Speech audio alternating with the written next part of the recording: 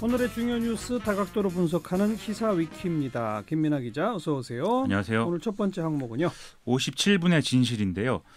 검찰 과거사 진상조사단이 이제 어제 2009년 장자연 씨 성접대 의혹 사건에 대해서 경찰이 초기 수사를 부실하게 했다는 정황을 파악했다. 이렇게 발표를 해서 논란이 커진 상황입니다. 예. 장자연 씨의 주거지와 차량에 대한 최초 압수수색이 불과 57분 만에 끝났을 정도로 부실하게 됐다는 것이죠. 근데 시간이 짧았더라도 핵심 증거 확보했다면 문제가 안 될 수도 있지만 그런 것도 아니라면서요. 그렇습니다. 압수물은 이제 컴퓨터 본체 1대, 휴대전화 3대, 메모리칩 3점, 다이어리 1권, 메모장 1권, 스케치북 1권 이렇게 돼 있는데 이 압수수색 대상이 장자연 씨 집 전체였는데도 불구하고 침실 위주로만 이제 압수수색을 했었다고 하고요. 옷방이나 또 이제 장자연 씨가 갖고 있는 가방 이런 것들에 대한 수색은 아예 진행이 되지 않았다고 합니다. 가방도 수색을 안 했어요? 그렇습니다. 이 방 안에 훨씬 많은 수첩과 메모장이 있었는데도 한 권씩만 확보된 것도 그렇고 또 이 핸드백 안하고 그다음에 립스틱 보관함 이런 데 명함이 또 꽂혀져 있었는데 그것도 압수가 안 돼서 이게 왜 이런 거냐 여러 가지 비판이 나오고 있습니다. 근데 어쨌든 컴퓨터나 휴대전화는 압수가 됐잖아요. 그렇습니다. 근데 거기엔 아주 방대한 정보가 담겨 있을 수도 있는데 별다른 성과를 못 냈다는 거죠. 그렇습니다. 디지털 포렌식 결과물 등을 조사했다 이렇게 수사 기록은 나와 있는데 각각의 이제 내용이나 원본 파일 이런 것들이 수사 기록에 첨부가 돼 있지 않은 이런 상황이라고 하고요. 그래요. 또 이제 그 통화 기록의 경우에는 더 문제가 심각한데요.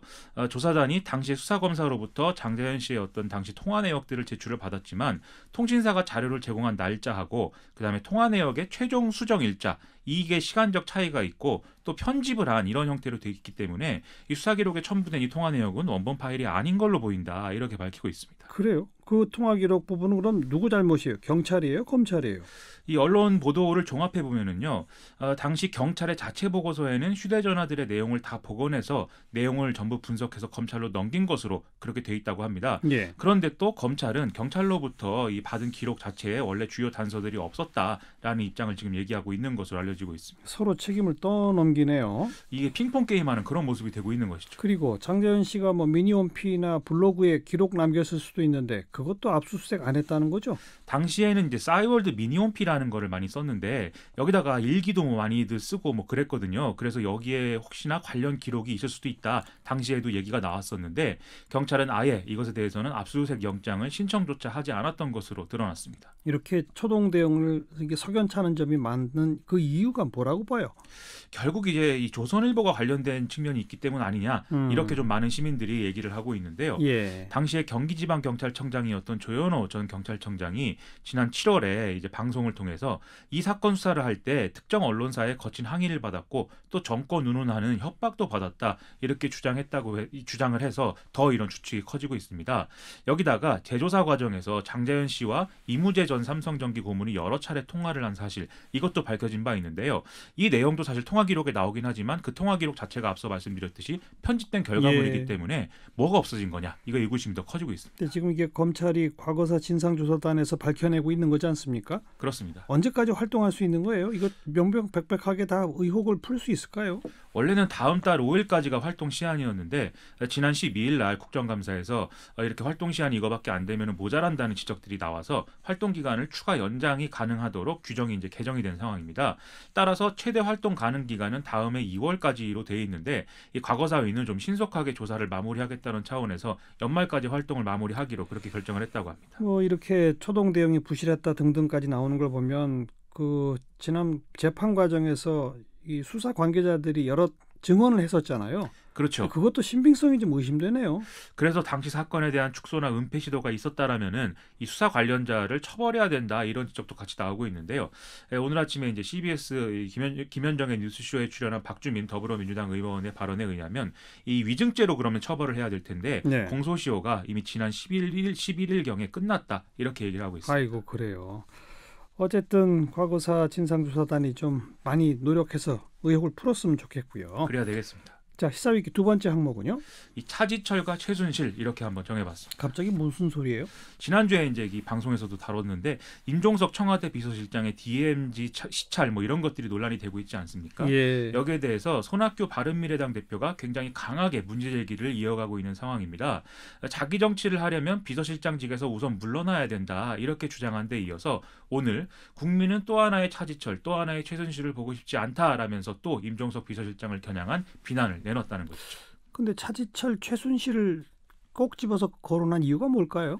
손학규 대표의 논리를 재구성해 보면은 이런 얘기입니다. 대통령이 외국 순방을 나가 있는 중에 청와대 비서실장이 국정원장, 국방부 장관, 통일부 장관 등을 대동하고 DMZ 수차를 한 것에 모자라서 이 내용을 설명하는 영상의 나레이션까지 맡은 것은 제왕적 대통령제 하에서 대통령의 어떤 측근 실세가 보이는 전형적인 모습이다. 그게 이제 차지철 최순실을 연상케 한다. 이런 얘기인 거죠. 손학규 대표의 이런 비판에 대해서 청와대가 무슨 반응을 보였나요? 오늘 이제 이 핵심 관계자의 브리핑을 보면은요, 임종석 비서실장이 자기 정치에 몰두한다는 손학규 대표의 비판은 사실이 아니다라는 취지로 해명을 하면서 이 주장 자체에 동의하기 어렵다 이렇게 얘기를 하고 있습니다. 임종석 실장이 DMZ를 방문한 것은 남북 공동선언 이행 추진위원장으로서 상황을 점검하고 또 파악하기 위해서 현장 방문을 한 것이다 이렇게 얘기를 하고 있고요. 또 동영상에 뭐 나레이션을 했다 이 점에 대해서도 국민소통수석실의 아이디어를 수용한 것에 불과하다라고 설명을 하고 있습니다. 네. 손학규 대표가 임종석 실장 비판한 게 이번이 처음이 아니죠? 지난 8월에도 임종석 비서실장이 국회에 이제 그 방북을 함께 해달라는 것을 요청을 하면서 기자회견도 하고 또 이 페이스북에 글도 쓰고 그러지 않았습니까? 이때도 손학규 대표가 비서실장은 숨어서 대통령 일을 도와야 하는데 이렇게 자기 정치하는 것은 바람직하지 않다라면서 좀 불쾌감을 표시한 바도 있습니다. 네. 계속 이러는 손학규 대표의 의도는 뭐라고 해석됩니까? 사실 뭐 의도야 본인만 알 수 있는 것인데요. 그래도 이제 정치적인 해석, 여러 해석들이 가능한 상황인 것 같습니다. 근데 여기서 주목할 것은 자유한국당도 이 제왕적 대통령 이 얘기를 이제 자꾸 꺼내고 있다라는 점이죠.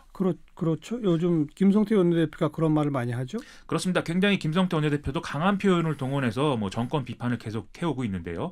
오늘 국회의장을 주제로 이제 원내대표 회동이 있었는데요. 여기서 이제 평양 공동선언하고 남북 군사합의서 국무회의 비준을 두고 문재인 대통령의 국정운영 방식은 제왕적 대통령제를 넘어서 황제 폐하 수준의 대한민국 통치행위다. 이렇게 또 주장을 한 것입니다. 예. 이런 식으로 더불어민주당과 자유한국당 원내지도부 간의 대립이 막 격화가 되니까 김관영 바른미래당 원내대표가 좀 중재를 시도하기도 했는데요. 이 종합해 보면 뭐 특별재판부 도입이라든지 공공기관 채용비리 국정조사라든지 이렇게 좀 여야 대립 구도가 강해지는 이런 상황 속에서 바른미래당이 어떻게 행동할 것이냐 이걸 좀 고민한 결과가 아니겠느냐 이렇게 좀 해석을 할 수 있겠습니다. 또 자유한국당은 그 평양 공동선언 남북 군사 분야 합의서 효력 정지 가처분 신청 냈다면서요? 그렇습니다. 이게 오늘 이제 국무회의 심의 거쳐서 관보 게재가 된 그런 상황인데 자유한국당이 헌법재판소에다가 효력 정지 가처분 신청 접수를 하면서 또 이제 대립 구도가 격화되는 그런 상황인데요. 여러 가지 지금 현안이 있기 때문에 이런 현안들이 뭐 어떤 형태의 빅딜로 뭐 귀결이 되는 것인지 아니면 연말 예산 전국까지 극단적 대립 구도가 이어지는 것인지 이걸 좀 앞으로 지켜봐야 되고 그게 이제 관건인 것 같습니다. 지금으로선 대립구도 지속 관점이 좀 우세할 것 같네요. 지금 보면은 그런 것 같습니다. 자, 시사위키 세 번째 항목은요. 2주년을 맞은 촛불인데요. 오늘이 촛불 시위 2주년인데요. 지난 주말 거리의 풍경과 함께 좀 여러모로 짚어보겠습니다. 예. 촛불 2주년 관련 행사 계속 진행된다면서요?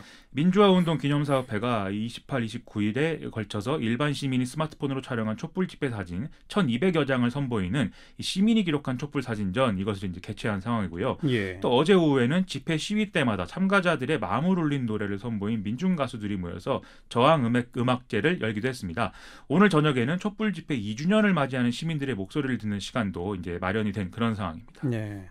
근데 촛불뿐 아니라 태극기 양쪽 집회가 모두 열렸다면서요? 그렇습니다. 지난 주말에 이제 한쪽에서는 촛불, 한쪽에서는 태극기 이래서 이제 지나가는 시민들이 많이 이제 지켜보기도 하고 그랬는데요. 현장에 있었던 사람들 얘기를 들어보면은 이 촛불 2주년에 마주친 이제 태극기 집회의 어떤 위세, 규모 이런 것들이 상당히 커서 좀 놀라웠다 이런 얘기들을 많이 하고 있는 것이거든요.